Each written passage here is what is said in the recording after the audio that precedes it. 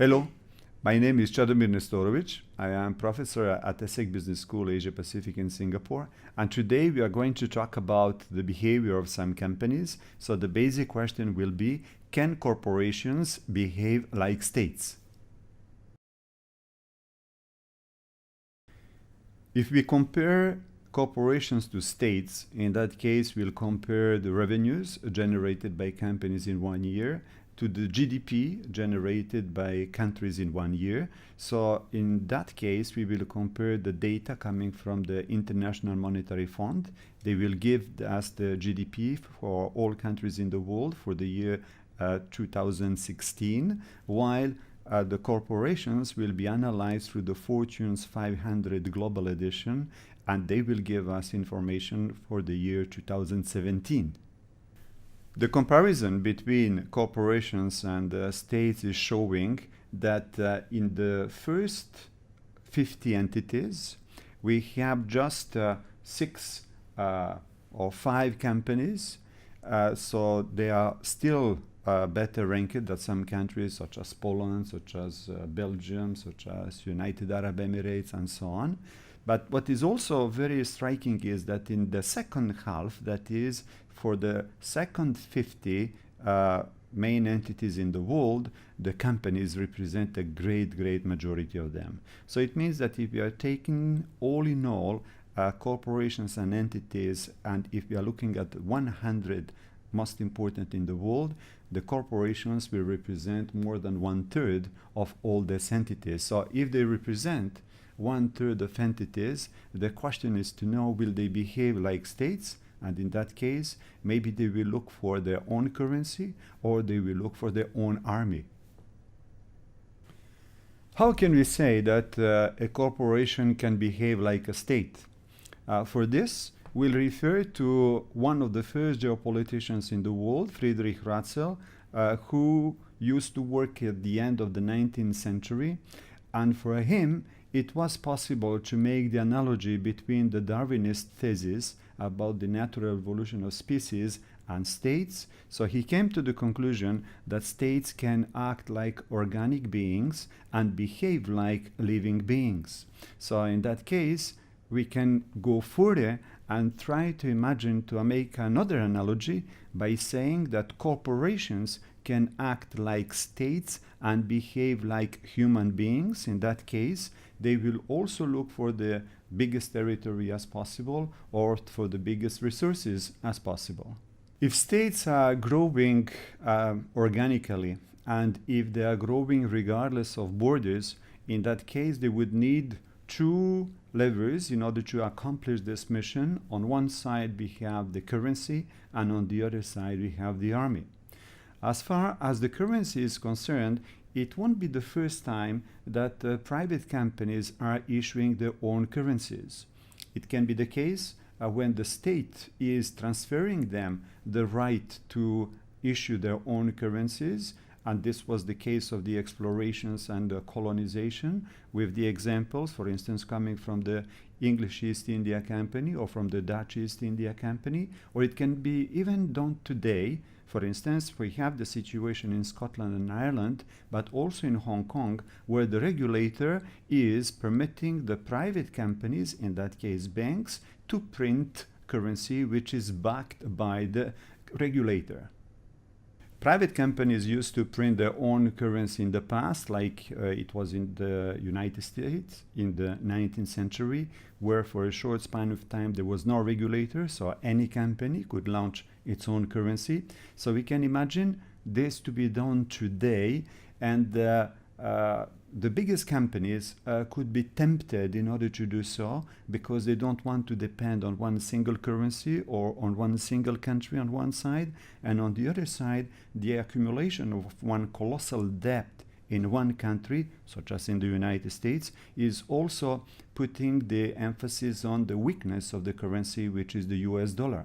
So for these big companies, even if they come from the United States, they could be tempted to issue their own currency. And just for the sake of the argument, I will look at the example of one of the designers, Jade Dalul, and the designer issued a certain number of proposals concerning the different currencies. So we have one proposal concerning Apple, another proposal concerning Amazon or concerning Facebook, and the third one concerning McDonald's. If companies have their own currency, why not having their own armies? It is also a prerogative of the state that is having a coercive power which has a monopoly position in a state. But in the past it was not the case, and again during the times of the exploration and colonization, the different companies had their own armies, and they sometimes fought on the behalf of the states and sometimes among themselves. Among the different examples, we can quote the wars in India called the Carnatic Wars in the 18th century, and at that time we have two big companies. The first one is the English East India Company, and on the other side we have the French one, which is Compagnie Française des Indes Orientales. So they were fighting there not only on behalf of the states but also for their own interest. So if we had this situation in the past, we can imagine also this situation in the future. As for today, we have a certain number of private armies which are called the contractors. So we have the military contractors fighting in the Middle East.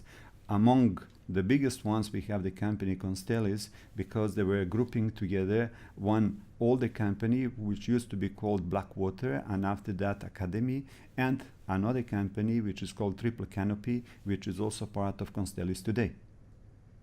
If companies act like states, what will they do?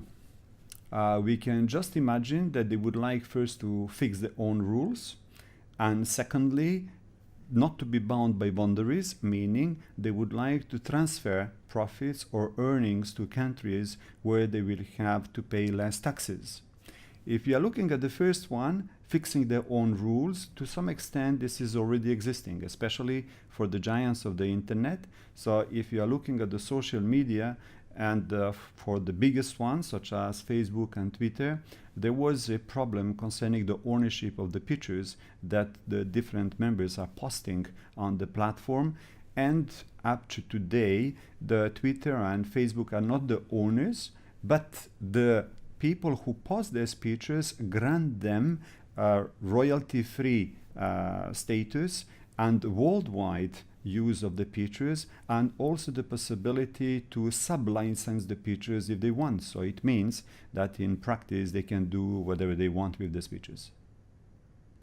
In another case, another giant of the internet, Airbnb, on its own website is mentioning in the terms and conditions that people can complain about problems, but this complaint will be settled through individual dispute resolution. So in practice it means that class action are avoided when it comes to Airbnb. In a third case, which brought a great media attention, there was a dispute between the FBI on one side and Apple on the other side, following the San Bernardino attacks in 2015. The FBI wanted Apple to design a solution how to unlock the iPhone, and Apple resisted this kind of demand. So it means that we are in a gray zone where the companies do not know if they have to obey or if they have freedom to protect their own subscribers, their own clients. So this kind of gray zone has been ended by a fact that the FBI had succeeded to unlock the phone without the help of Apple. But it shows that sometimes companies have a possibility to resist demands coming from their own countries. So in that case, maybe they behave like independent countries. If companies may have a tendency to design their own rules, they're also taking profit from the disparity of rules existing within different countries or within different communities. So it is practically a common thing to believe that companies will try to shift a certain number of earnings and especially profits to countries where they will pay the lowest taxes possible. Also the case is when companies are following the local laws in terms of child work, in terms even of human trafficking and slavery. So they are very often accused from time to time that they are infringing the rules from their own countries, but they just say, we are sorry, we are following the rules of the countries where we operate with. Companies used to act like states before, so there is no reason that they will not like to behave like states again in the future.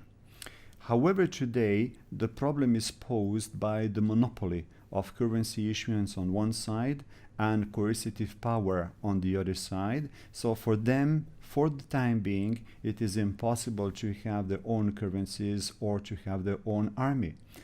Finally, the internet today is giving them a possibility of dematerialization and also a quick shift from one country to the other. So in that case, the real borders or the material borders don't mean anything. So maybe in the future, there would be a tendency to impose their own rules, to have their own currency, or to have their own army.